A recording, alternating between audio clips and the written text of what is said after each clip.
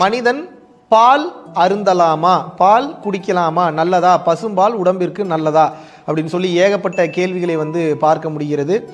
முதல்ல இதை பற்றி தெளிவாக சொல்ல வேண்டும் என்றால், இன்னைக்கு நம்ம பசும்பால்னு நினச்சி குடிக்கிறது முதல்ல பசும்பாலே கிடையாது, ஐட்டமே தவிர மற்றபடி இது அவசியமா என்று கேட்டால், மனிதனுக்கு உகந்த பால் தாய்ப்பால் மட்டும்தான். தாய்ப்பால் மட்டும்தான் மனிதனுக்கு உண்டான பால். அதுவும் பாலை செரிமானம் செய்யக்கூடிய அந்த ஆற்றல் குழந்தை பருவத்திலேயே, அந்த ஒரு 3 4 5 வயசுக்குள்ளேயே பாலை செரிமானம் செய்யக்கூடிய அந்த சக்தி கொஞ்சம் கொஞ்சமாக குறைந்து கொண்டே போகும். ஒரு ஃபுட்டு சாப்பிட்றோன்னா 1 மணி நேரத்துலேருந்து 2 மணி நேரத்தில், மேக்ஸிமம் மிஞ்சி போனால் 3 மணி நேரத்தில் செரிமானம் ஆகணும். ஆனால் ரொம்ப ஹார்டான ஃபுட் என்னன்னு கேட்டிங்கன்னா இந்த பால் தான். பசும்பால் செரிமானம் ஆவதற்கு மினிமம் 7 மணி நேரத்துலேருந்து 8 மணி நேரம் ஆகும். அதனால தான் பாலை குடித்தோடனே உங்களுக்கு ஒரு மயக்க நிலை என்பது ஏற்படுகிறது. நல்லா கவனித்து பாருங்கள், பால் குடிச்சிங்கன்னா தூக்கம் வருதா, மயக்கம் ஏற்படுகிறதா? மயக்கம் தான் ஏற்படும், தூக்கம் வராது. ஏன் மயக்கம் ஏற்படுகிறது? உங்களுடைய செரிமான சக்தின்னு ஒன்று இருக்குது, அதுதான் ஆக்சுவல் சக்தி. அதுதான் பார்த்தீங்கன்னா ரீப்ரொடக்ஷன் ஃபோர்ஸ், அதுதான் இனப்பெருக்க சக்தி, அதுதான் செரிமான சக்தி, அதுதான் உயிர் சக்தி, அதுதான் பார்த்தீங்கன்னா கான்ஷியஸ்னஸ், அதுதான் பார்த்தீங்கன்னா அனைத்துமாகவும் இருக்கிறது. இப்போ உங்களால் ஏன் ஃபோக்கஸ்டாக இருக்க முடியலன்னா, பாலை குடித்தவுடன் இந்த பாலை செரிமானம் செய்தே ஆக வேண்டும் உங்கள் உடல். பாலை எப்போ உங்களால் செரிமானம் செய்ய முடியவில்லையோ அப்போது எதுவுமே உள்ளே போனது தங்கிருச்சுன்னா விஷம் வெளியே வந்தே ஆகணும். கண்டென்ட் உள்ளே இருக்கக்கூடிய சத்தை எடுத்துக்கிட்டு சக்கை வெளியே விட வேண்டும். இதுதான் கான்செப்ட். சம்மந்தமே இல்லாத ஒரு ஃபுட்டு உள்ளே வந்திருக்கு. இது தாய்ப்பாலுக்கு அப்பாற்பட்ட, உங்களுக்கு தெரியும், உங்களோட பாடிக்கு தெரியும், தாய்ப்பால் குடித்து பழக்கப்பட்ட அந்த வாய்க்கு, அந்த உடலிற்கு, அந்த மனதிற்கு தெரியும் தாய்ப்பால் இல்லை வேற ஏதோ வருதுன்னு தெரியும்.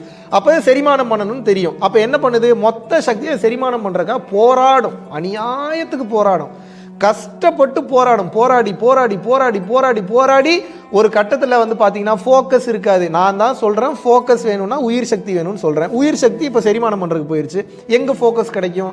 செய்கிற வேலையில் எங்கே திருப்தி இருக்கும்? பேசக்கூடிய பேச்சில் எங்கே தெளிவு இருக்கும்? ஒரு சிந்தனை சிந்திக்கிறீங்கன்னா அந்த சிந்தனை எப்படி தெளிவாக இருக்கும்? இருக்காது. அப்போ அந்த ஒரு சக்தி தான் எல்லா வேலையும் பார்க்குதுன்னு சொல்கிறேன். அப்போ அந்த ஒரு சக்தி செரிமானத்துக்கு போயிடுச்சுன்னா செரிமானத்திற்கே அதிக நேரம் சென்று விடுவதன் காரணமாக மயக்க நிலைக்கு போகிறீர்கள். அது நைட்டு பால் குடிச்சிட்டு படுக்கிறவங்க நல்லா தூங்குறீங்கன்னு நினைக்கிறீங்க, நல்லா தூக்கம் வரல, நைட்டு மயக்க நிலைக்கு தான் போகிறீர்கள். 7 மணிலேருந்து 8 மணி மேக்ஸிமம் அதுக்குள்ளேயே சாப்பிட்றணும். சைனீஸ் மாதிரி சாப்பிட்டுட்டு படுத்தீங்கன்னா தான் அடுத்த 1 மணி நேரம் 2 மணி நேரத்தில் அது செரிமானமாகி ஆழ்ந்த உறக்கத்திற்கு போவீங்க. ஆழ்ந்த உறக்கத்திற்கு போகும்போது தான் இந்த உடல் என்பது சக்தி நிலையமாக மாறி வேற வேற டைமென்ஷன்ஸ்க்கு உங்களால் பயணம் பண்ண முடியும். இந்த உடல் அதற்காக தான் இருக்கு. நம்ம அதை விட்டுட்டு சாப்பிட்டு தூங்குறதுக்கு மட்டும் பயன்படுத்திட்டு இருக்கிறோம், பொருள் சேர்க்கறதுக்கு மட்டும் பயன்படுத்திட்டு இருக்கோம். பிரபஞ்ச ரகசியங்களை தெரிந்து கொள்வதற்கு விருப்பப்படுவதே இல்லை. ஆனால் வந்த வேலையே அதுதான், அதை விட்டுட்டு எல்லா வேலையும் பண்ணிட்டு இருக்கோம். அப்போ பசும்பால் என்பது ஒரு சந்தை பொருள் தானே தவிர நான் சாப்பிடவே கூடாதுன்னு சொல்றேன். விருப்பப்படுறவங்க குடிச்சுக்கங்க, தப்பு கிடையாது.